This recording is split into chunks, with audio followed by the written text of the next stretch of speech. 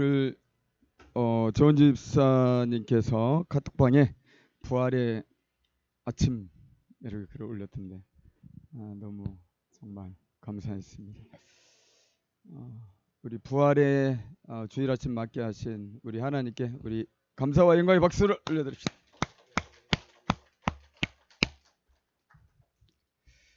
이제 후유증이 없도록 또 우리 성도님들 계속해서 간절히 기도해 주시고 또 가능하신 분들은 모임에 나와서 또 온라인으로 함께 기도해 주시고 또 그게 어려우신 분들은 있는 자리에서 잊지 말고 계속 기도를 부탁드리겠습니다. 오늘 갈릴리 사람들아 이런 제목을 가지고 하나님 말씀을 함께 나누겠습니다. 2024년을 무슨 해라고 합니까? 청룡의 해라고 그러는데 제가 용띠입니다. 네. 저의 해입니다. 네, 주님의 해고요.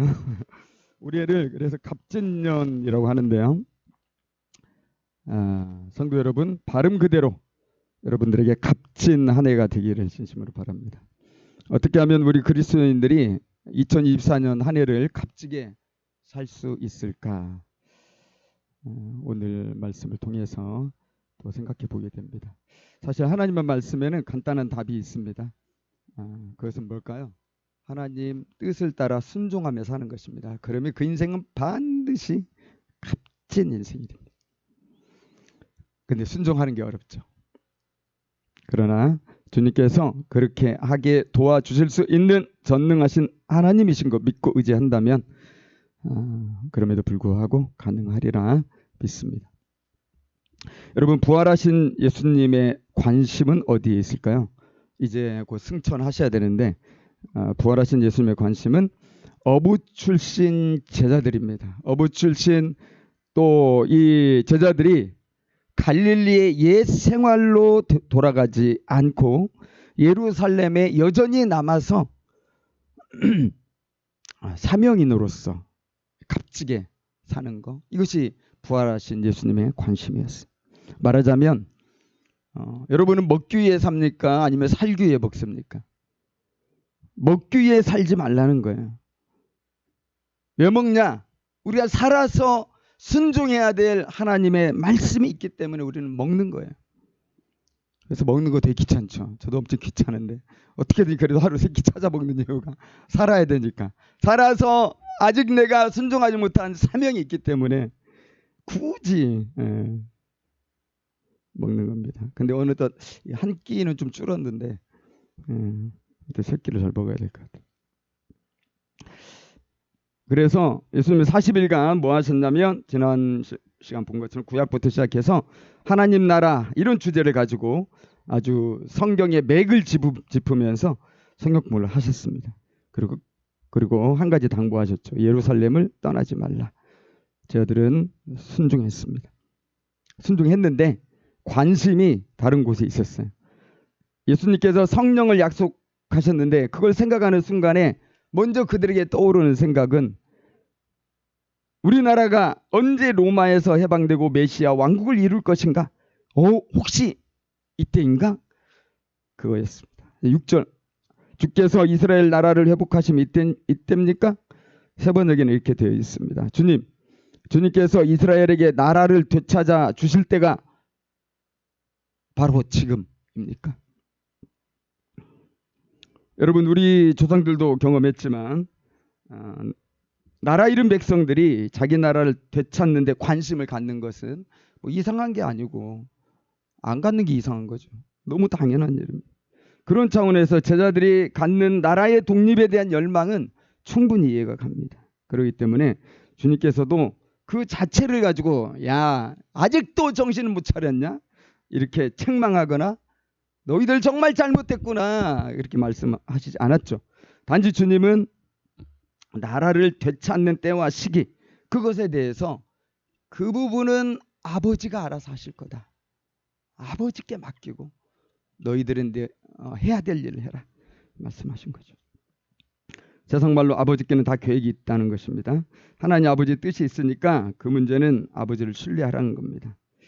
그런데 이런 말씀은 어떻습니까? 믿는 자들에게 큰 믿음을 요청하는 말씀입니다. 여러분, 이 땅에 발을 붙이고 살아가는 매우 현실적인 우리들이죠. 그런 우리들이 세상 나라의 일과 세상 살아가는 일에 대해서 관심을 두지 않는다는 건 너무 어려운 일입니다.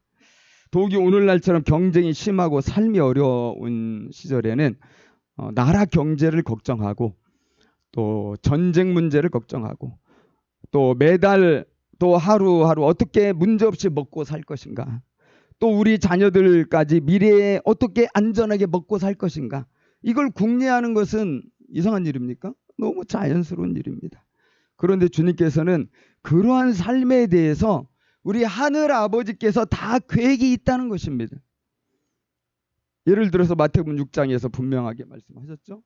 공중에 나는 새와 들에 핀 백화를 발을 말씀하시면서 하늘 아버지는 그냥 괜히 존재하는 분이 아니라는 거예요. 그 아버지가 그냥 뒷짐지고 구경만 하는 분이 아니라 그 아버지께서 우리의 삶을 다 책임질 걸 믿고 내일 걱정까지 가져와서 오늘 걱정하지 말라는 거죠. 내일 일은 내일 하고 맡기고 오늘은 염려하지 말고 그의 나라와 의를 먼저 구하라 하셨습니다. 사랑하는 여러분, 이 세상 일에 대한 때와 시기 주님께 맡길 수 있기 바랍니다. 잘 아시잖아요. 맡긴다는 건 그냥 아무것도 하지 말라는 게 아니에요.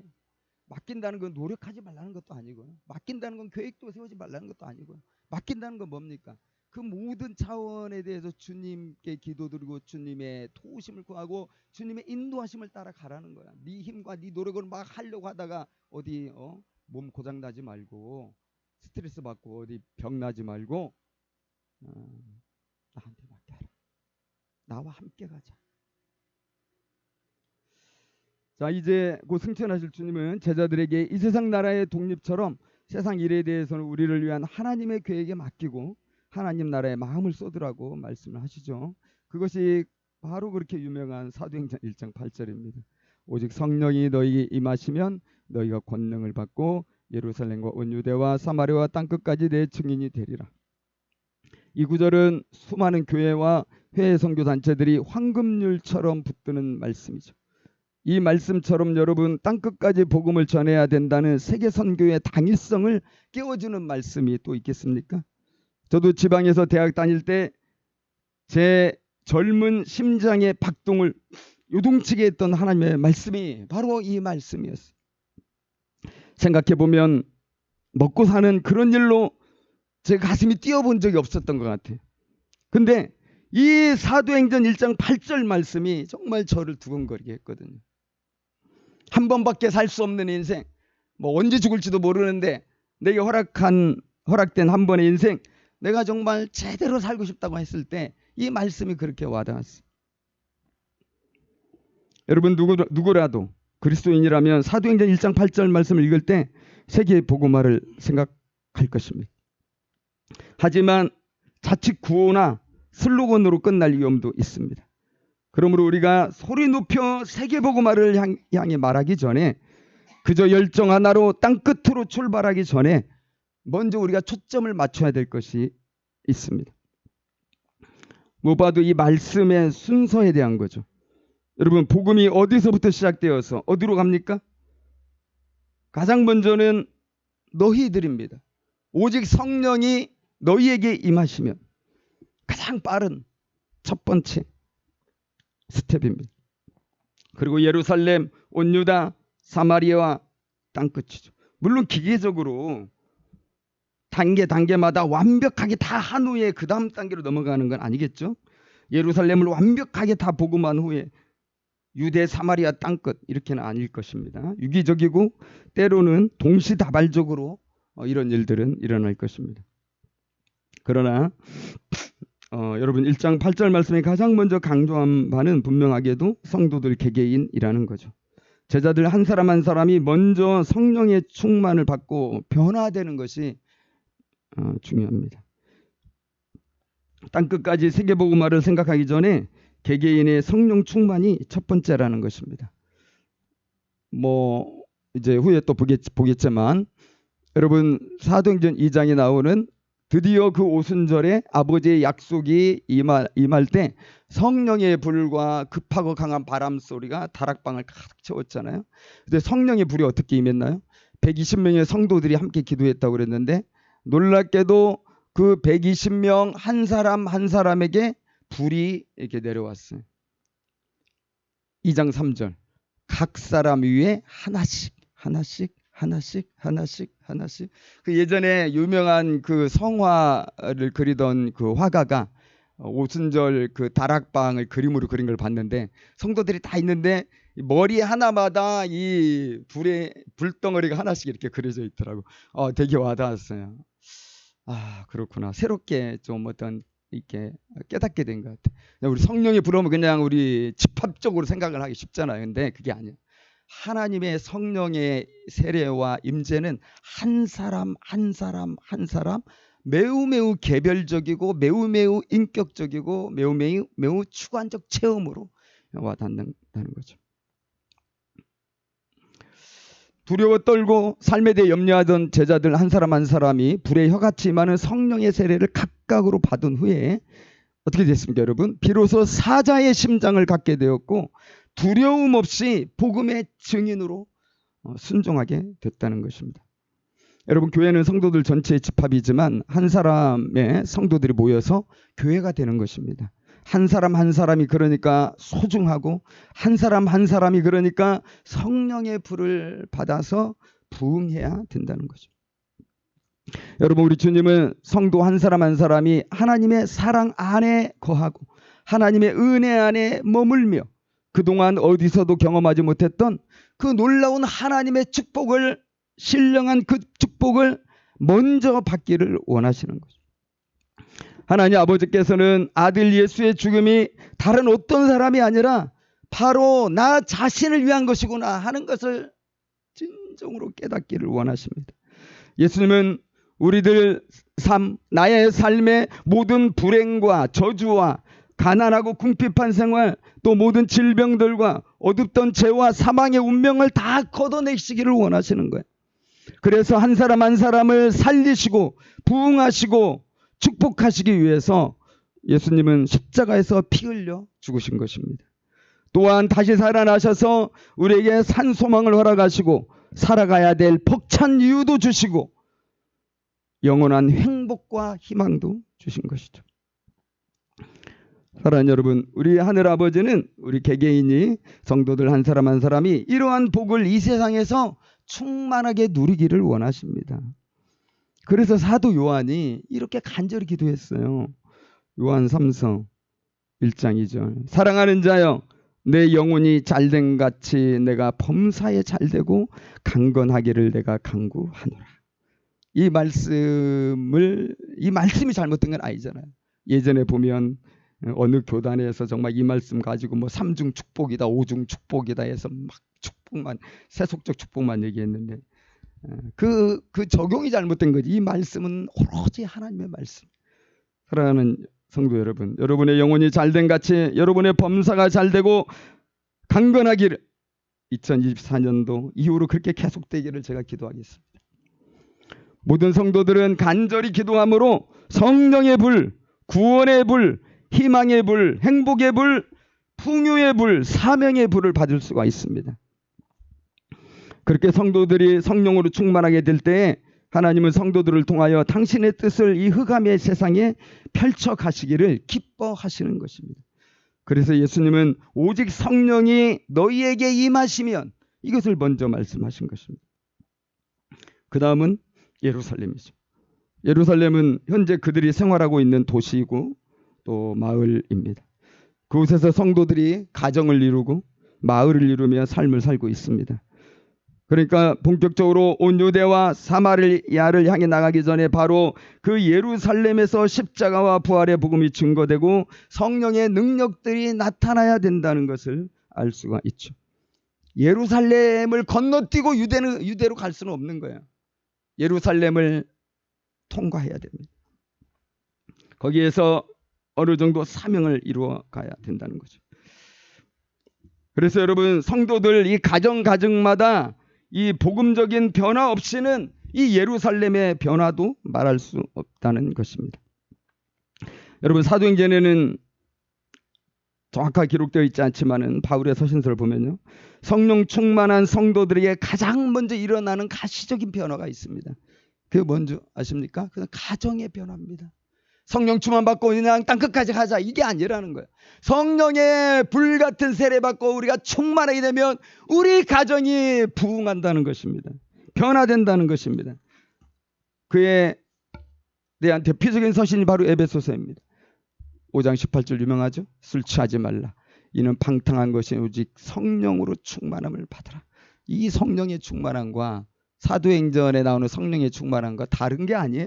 성령님은 똑같은 분이에요. 자, 그렇게 성령 충만을 강조한 바울이 바로 선포하는 말씀은 세계복음화 땅끝까지 가자, 이런 게 아니라 놀랍게도 여러분 뭡니까? 부부관계를 이야기해요. 아내에게 잘해라. 너 남편에게 잘해라. 너 부모님을 왜 그렇게 대하냐? 너의 자녀들을 왜 그렇게 키우냐? 에베소서 5장 21절. 그리스도를 경외함으로 피차 복종하라. 아내들이요, 남편들이. 다음으로 나오는 것이 자녀와 부모의 관계, 그리고 종들과 상전의 관계입니다. 이러한 말씀은 성령 충만이 가장 빠르고 가장 효과적으로 적용되는 것이 있는데 바로 가정, 그리고 직장이라는 거죠. 각 사람이 성령으로 세례받고 온전히 회복된 후에는 그 충만한 성도들로부터 흘러나오는 성령의 강물로 인해서 가정이 살아나고 그로 인해 마을과 직장과 도시가 살아나게 된다는 겁니다. 이게 이제 예루살렘의 대각성으로 나타나는 거라고 할 수 있겠죠. 그러면서 예루살렘을 넘어 점점 하나님 나라가 힘을 얻어 온 유대와 사마리아와 땅끝까지 세력 있게 퍼져가는 것입니다. 사랑하는 여러분, 우리를 성령으로 충만하게 하시는 하나님은 가정에서 변화를 이루어 가십니다. 자녀에 대한 자세를 바꾸게 하시고 배우자와 부모님에 대한 말과 행동을 변하게 하십니다. 가정의 부흥을 위해 강구하며 계획적으로 헌신하게 하십니다. 참으로 놀랍고 거룩한 변화, 치유와 회복과 부흥이 먼저 가정에서 일어나게 하시는 것입니다. 이게 바로 성령의 주도적인 역사입니다. 이 모든 일들은 우리 의지로 하는 게 아니에요. 성령이 하시는 거고 우리는 순종하는 것입니다. 사도행전 1장 8절 말씀에서 우리가 또 생각해야 되는 중요한 관점이 있습니다. 그것은 하나님 나라의 복음은 반드시 장벽을 돌파하고 뛰어넘어 간다는 것입니다. 여러분, 하나님 나라의 복음이 성령의 능력을 힘있게 되는 것은 어디입니까? 예루살렘의 다락방이죠. 그런데 사실 그 본산지는 어디입니까? 그것은 바로 갈릴리입니다. 어린 시절부터 예수님은 갈릴리의 나사렛에서 성장하셨습니다. 사역도 거기에서 시작하셨습니다. 회개하라, 천국이 가까웠느니라. 어디서 하셨어요? 예루살렘에서 하셨어요? 갈릴리에서 하셨습니다. 공생의 3분의 2 이상을 갈릴리에서 보내셨어요. 그 유명한 산상수훈의 말씀도 어디서 하셨어요? 갈릴리 호숫가 근처의 산에서 주신 말씀. 당연히 베드로를 포함해서 여러 제자들이 갈릴리 호수에서 물고기 잡다가 제자가 되었습니다. 예수님의 별명은 그래서 뭡니까? 갈릴리의 나사렛 예수예요. 예루살렘과 유대 사람들, 사마리아 사람들조차도 예수를 볼 때 나사렛 사람으로 보았고, 제자들도 갈릴리 사투리를 쓰는 자들을 보면서 갈릴리 사람이라고 했습니다. 여러분, 하나님 나라 복음의 본산지가 어디예요? 그러니까 예루살렘 성전 수도 예루살렘이 아니라 갈릴리라고 하는 건데, 그럼 이 갈릴리가 무엇을 의미할까요? 그것은 앞으로 이 복음은요, 많은 장벽과 차별을 뛰어넘어야 한다는 것을 이야기해 주는 겁니다. 갈릴리는 어떤 곳인가 잠깐 생각해 볼까요? 갈릴리는 유대에 속해 있죠. 좀 신기하긴 해요. 갈릴리가 제일 북쪽에 있어요. 그러니까 남유다가 있고 이제 그 북이스라엘의 수도 사마리아와 그 지역 도시가 중심에 있고, 그 너머에 갈릴리 호수와 함께 갈릴리가 있죠. 그러니까 사해바드 옆에 남유다, 그 밑쪽으로 남유다가 있는 거고, 요단강 쫙 갈라지는데 그 옆쪽이 다 사마리아와 북이스라엘 쪽, 그 위가 이제 갈릴리 쪽이 갈릴리. 우리나라로 치면은 한경북도가 갈릴리라고 할 수 있는데 그게 남한이야. 이게 우리 식으로 이해하면 신기하죠. 남유다가 있고 북이스라엘 있고 그 끝터리에 남유다가 또 있고 이게 이제 로마 시대 때 그렇게 행정구역을 이렇게 개편한 거예요. 그러다 보니까 이제 예수님이 그 북쪽 갈릴리에서 어린 시절을 보내게 됐으니까 우리 식으로 얘기하면 속된 말로 그냥 듣보잡 도시에서 예수님이 그 하나님의 아들이 그 형편없는 곳에서 자란 거죠. 얼마나 형편없습니까, 여러분? 성경에 표현하면 그 갈릴리를 뭐라고 표현했냐면 이방의 갈릴리다. 이방의 도시라고 그랬어요. 그래서 마태는 예수님이 갈릴리 나사렛에서 성장하신 것을 두고 굉장한 의미를 부여했죠. 뭐라고 얘기했냐면 흑암과 사망의 땅에 빛이 임했다 그랬어요. 마태복음 4장 15, 16절 스불론 땅과 납달리 땅과 요단강 저편 해변길과 이방의 갈릴리여 흑암에 앉은 백성이 큰 빛을 보았고 사망의 땅과 그늘에 앉은 자들에게 빛이 빛이었도다. 너무 여러분 은혜로운 말씀 아닙니까? 여러분 언제부터 그렇게 갈릴리가 그런데 이방의 갈릴리가 됐을까요? 아주 옛날 오랜 옛날인데요. 이스라엘이 가나안 땅에 정착할 때 여호수아가 정복전쟁 했잖아요. 그때 스불론과 납달리 지파를 그쪽에 허락을 했는데 이 두 지파가 거기에는 이방 민족을 쫓아내지를 못했어요. 믿음이 없었는지 믿음이 없었겠지 못 쫓아내가지고 어떻게 결국 같이 섞여 살았죠. 그러다 보니까 이방의 피가 많이 섞이게 되고요. 또 거기는 최북단이다 보니까 주변의 이방 민족들이 이 이스라엘에 대한 어떤 야망을 가지게 되면 침략을 하게 될 텐데 다 침략이 통로야. 그러니까 적군들의 군합발에 밟히는 그 문지방이 이 갈릴리 지방인 거예요. 말하자면 이제 후에 아수르나 바벨론도 그쪽을 통해서 쳐들어온단 말이죠. 그러니까 이 땅은 늘 지배당하는 땅일 뿐만 아니라 이 거기를 정복했던 많은 나라들이 자기 백성들을 자꾸 이주를 시킨단 말이에요. 자기 땅 만들려고. 그러니까 거기는 이미 유대인들이 살고 있어요. 그래서 거기가 완전히 그냥 뭐라고 혼혈 민족으로 가득 찬. 그러니까 이 정통 남쪽 유다 사람들이 어떻게 생각하겠어요? 이방 땅이라고 보는 거예요. 이방의 갈릴리. 사마리아인들도 마찬가지고 사마리아인들이 늘 이렇게 유다에 비해서 영적 열등감이 있잖아요. 예루살렘이 유다에 있다 보니까 그런 영적 열등감과 또 패배감과 또 이런 종교적 이런 상처들이 참 많은데 그러나 그들이 갈릴리를 볼 때는 항상 자부심을 갖는단 말이에요. 저 하찮은 지역에 비하면 그래도 이 사마리아 사람들은 훨씬 나은 거예요. 여러분 그런 곳이 갈릴리예요. 그런데 하나님은 예상치 못하게도 흑암과 사망의 땅이라고 하는 갈릴리 나사렛에서 예수님을 양육하셨습니다. 그리고 제자들도 거기에서 나왔어요. 이 세상을 다 변화시킨 장차 위대한 주의 종들이 다 그런 곳에서 나왔어요. 그곳에서 온 세상을 구원할 하나님 나라의 운동이 시작이 되었죠. 그런 갈릴리를 본산으로 두고 있는 하나님 나라의 복음을 그것도 갈릴리 어부들 출신들 중심으로 예루살렘과 온 유대와 사마리아에 전하고 땅끝까지 전해야 된다는 것이 여러분 이게 감당할 만한 일입니까 이게? 참 생각만 해도 숨이 막히지 않습니까?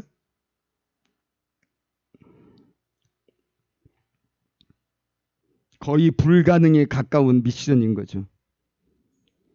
이 미션을 과연 이 갈릴리 사람들이 어떻게 성취할 수 있냐 이겁니다. 결론은 불가능이라는 거예요.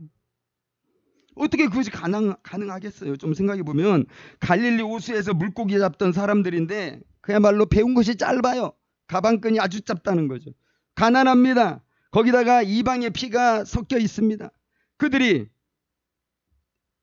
그 거룩한 하나님의 성 예루살렘 수도에서 거주하는 수많은 석학들과 시민들과 율법학자들과 거룩한 바리새인들과 그들에게 배운 시민들과 그리고 상류층 사람들에게 어떻게 영향력을 가질 수 있겠나? 이건 절대 영향력 가질 수 없어요.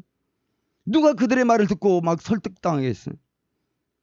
또 자신들을 멸시하는 그렇게 고집세고 오랜 세월 종교적 열등감에 사로잡혀 있던 사마리아인들에게 어떻게 복음을 전할 수 있겠냐고요. 그들이 무슨 도전을 받겠어요. 갈릴리 사람들이 전하는 복음에. 여러분, 결국 그런 동일한 지역 내의 장벽들도 극복할 수 없는데 땅끝까지는 언감생심 생각도 할 수 없는 거예요. 여러분, 이런 불가능한 요소들이 정말 많이 있지 않습니까? 그런데 이것이 바로 제자들과 성도들이 위로부터 임하는 성령을 받아야 되는 절대적 이유가 되는 것이죠. 만약 예수님께서 갈릴리 사람들이 아니라 수도 예루살렘의 바리새인과 서기관들과 제사장들에게 이 사명을 맡겼다면 그들은 절대 기도 안 했겠죠. 하나님의 구원 역사는 뭡니까? 약한 자를 들어서 강한 자를 부끄럽게 하는 역사죠. 그래서 예수님께서는 예루살렘을 떠나지 말고 이로부터 임하는 능력을 입을 때까지 유하라고 명하신 것입니다. 여기서 한 가지 좀 생각해 봐야 될 것은 그리스도인으로서 이런 사명을 감당하는 것은 억지로 우리가 해야 되는 명령이 아니라는 거죠. 여러분, 사도행 1장 8절을 우리가 조금 신중하게 읽어보면요, 이것은 명령이 아니에요. 뭡니까? 약속이에요. 약속. 하나님의 성령으로 세례를 받고 충만하게 되고 그리 되면 이루어지는 거예요. 이게 해야지 나를 죽여서 내가 해야 돼, 사명에 순종해야 되는 게 아니라 성령의 충만을 받으면 그 감동으로 말미암아서 내가 너무 뜨거워지고 너무 지혜가 충만해지고 너무 사랑이 많아지고 너무 죄와 결별한 거룩한 삶을 드디어 살게 되기 시작하면서 자발적으로 그냥 가는 거예요. 우리의 가정과 예루살렘과 온 유다와 사마리아를 지나서 땅끝까지 가는 거예요. 이것은 약속이에요. 증인이란 말이 무슨 뜻이냐면요, 순교자라는 말이에요. 그런 순교적 증인의 삶은 죽을 정도로 노력하고 땀 흘려서 이루어가는 것이 아니라는 것입니다. 증인의 삶은 성령께서 감동을 주사 인도하시고 성령께서 끌고 가시는 그런 사명의 인생이에요. 성령이 임하면 권능을 받게 됩니다. 하늘의 능력에 힘입어 불가능해 보이던 예루살렘과 온 유다와 사마리아의 장벽을 사랑과 섬김으로 돌파하고 땅끝까지 복음의 권능으로 나아가게 될 수 있다는 약속이죠. 그래서 여러분, 사도행전 1장 8절 혹시 부담스럽게 우리가 느낄 수가 있는데요, 이것을 너무 우리 가슴 설레게 하는 약속으로 다 받으실 수 있기 바랍니다. 그런데 여러분, 성령의 권능을 받고 증인이 될 거라는 약속을 주신 예수님이 갑자기 하늘로 사라지셨어요. 그리고 구름이 이렇게 쫙 임하면서 안 보였죠. 눈앞에 있던 예수님이 갑자기 사라졌으니까 이때 제자들 무슨 생각했겠어요? 아마 그냥 요즘 하는 말로 멍 때리고 있었을 것 같아요. 무슨 생각이 났겠습니까? 정말 어디서 듣도 보도 못하던 장면을 지금 눈앞에서 목격하고 있어요. 예수님이 정말 가시는구나. 이제 예수님 안 계시면 우리가 뭘 어떻게 하지? 예수님 계실 때도 잘 못했는데. 그야말로 무슨 시대입니까? 예수님 부재의 시대예요. 지난 3년 넘도록 계속 예수님 함께 있었죠. 그 짧은 무덤에서 3일 빼고는. 근데 예수님이 갑자기 사라지셨어. 근데 해야 될 일은 너무 과업이 무겁게 느껴지죠. 그래서 얼빠진 채로 예수님이 사라졌는데도 하늘만 쳐다보고 있으니까 천사가 나타나서 2명이었죠. 예수님의 무덤가에서 예수님의 부활을 알렸던 2명의 천사가 나타나서 뭐 하고 있냐. 11절. 갈릴리 사람들아, 우리 같이 읽어볼까요? 11절. 자, 시작. 갈릴리 사람들아, 어찌하여 서서 하늘을 쳐다보느냐. 너희 가운데서 하늘로 올려주신 이 예수는 하늘로 가심을 본 그대로 오시리라. 천사들이 정신 차리란 얘기입니다. 정신 차려, 이 친구야, 정신 차리라고 하면서 멍하고 지금 막 혼동 상태에 빠진 제자들을 흔들어 깨운 것입니다. 그리고는 잊을 수 없는 말을 던진 거예요. 아니, 저들의 생애 내내 절대로 잊어서는 안 될 말이죠. 무슨 말이에요? 갈릴리 사람들아, 이거 잊으면 교만해지기 시작하는 거예요. 이거 잊으면 내 이름을 높이기 시작하는 거예요. 사실 성경에서 제자들에게 이렇게 직접적으로 갈릴리 사람들아 부른 경우는 이것이 처음입니다. 왜 이렇게 직접적으로 갈릴리 사람들이라고 불렀겠습니까? 인류 최대의 미션을 받은 제자들이지만 그들은 한순간도 갈릴리 사람을 잊지 말아야 한다는 메시지입니다. 갈릴리 사람인 것을, 다르게 말하자면 갈릴리 사람들이라는 태생적 한계 때문에 스스로의 힘으로는 결코 세상을 설득할 수 없다는 메시지를 각인시켜 주는 것입니다. 결국 하나님 나라의 복음은 인간의 노력과 의지로는 절대로 안 된다는 것을 사무치도록 일깨워주는 부름입니다. 그것은 결국 예수님께서 부어주실 성령을 받아야 한다는 뜻입니다. 갈릴리 사람들이라는 말에 제자들은 정신이 번쩍 들었고 예수님의 부재가 현실로 받아들여지게 되니까 어떻게 했습니까? 정신없이 달려갔어요.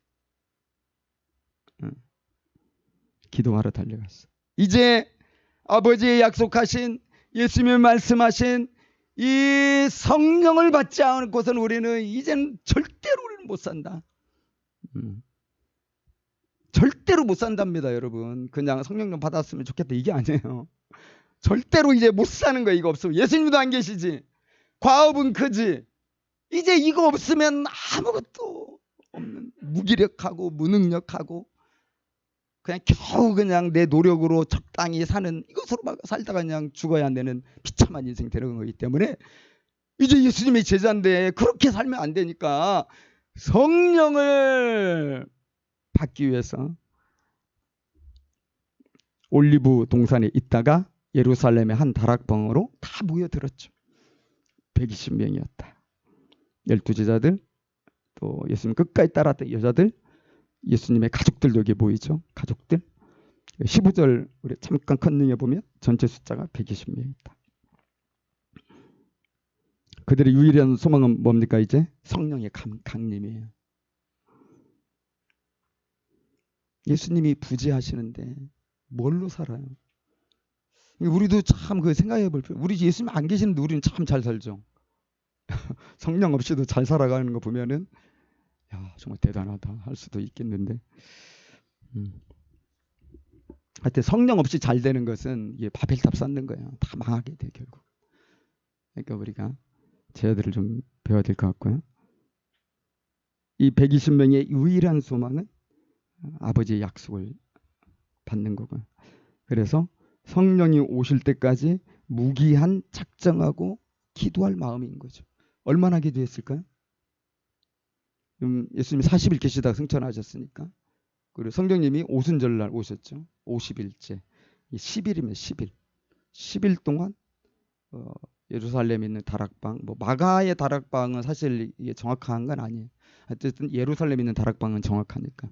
예루살렘 다락방에서 기도했는데 10일 기도, 최소한 기도에 성령을 받는다 이건 아니죠. 만약에 예수님께서 기간을 더 늦추었더라도 제 아들은 계속 기도했을 거예요. 왜냐하면 이거 없이는 못 사니까. 성령의 세례가 여러분 뭔지 아세요? 성령의 세례 원래 뜻은 뭐예요? 성령의 침례입니다. 침례는 뭐예요? 완전 잠기는 거예요. 그냥 물 이렇게 뿌려주는 게 세례가 아니라 완전 잠겨가지고 그 성령의 감동이 발목에 있는 것으로 만족 못하는 거예요. 그 성령의 감동이 무릎에 찼다는 것을 너무 감사, 이걸 만족 못해요. 허리에 찼어도 만족 못해요. 성령이 그냥 나를 확 침수시켜가지고 내가 완전 성령의 지배를 받을 때까지 그렇게 돼야 내가 비로소 감사하고 만족하고 주님을 찬양하고 성령의 지배받는 삶이 되는 거죠. 그래서 120명의 제자들은 이 성령의 침수될 때까지 기도했어요. 사랑하는 여러분, 우리도 갈릴리 사람이죠. 어떤 면에서 우리가 갈릴리 사람입니까?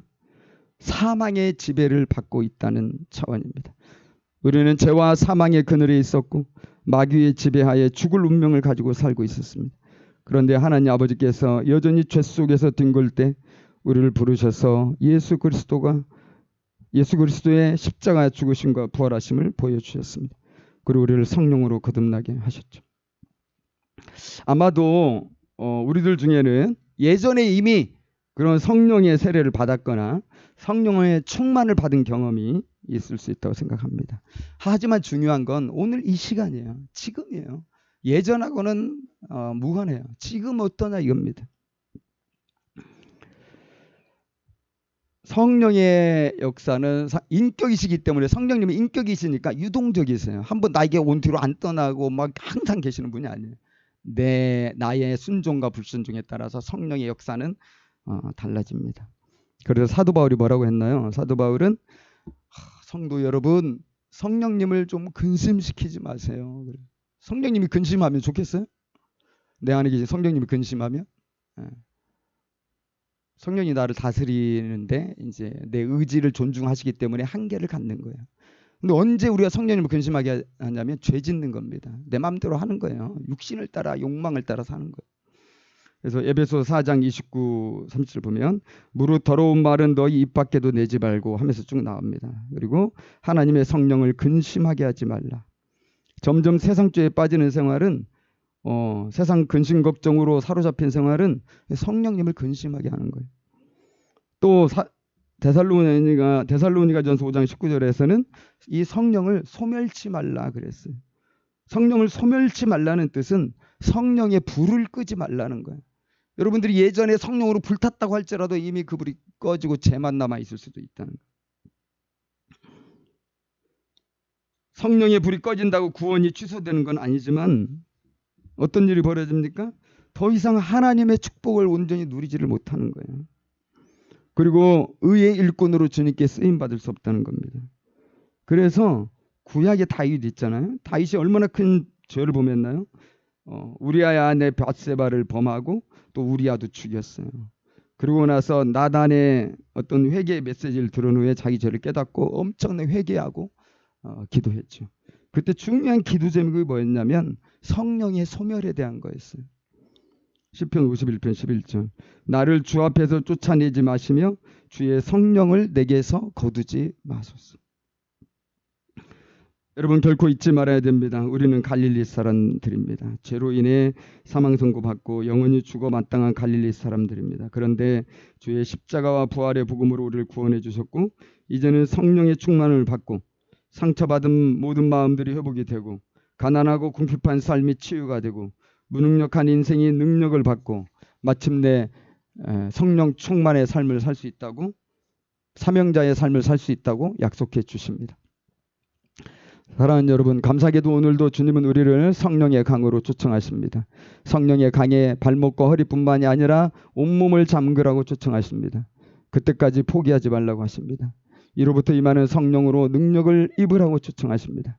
그러므로 여러분, 아버지의 약속이 우리에게 임할 때까지 낙심하지 않고 부르짖어 다시 한번 성령의 불이 타오르는 그런 사명의 삶으로 출발할 수 있기를 진심으로 축복합니다. 어떻게 하든지 먹고 살려고 피곤하게 사는 것이 아니라 이제는 성령 충만을 받아서 죽음으로써 완수해야 될 그런 사명 때문에 살아가는 증인의 삶이 되기를 축복합니다.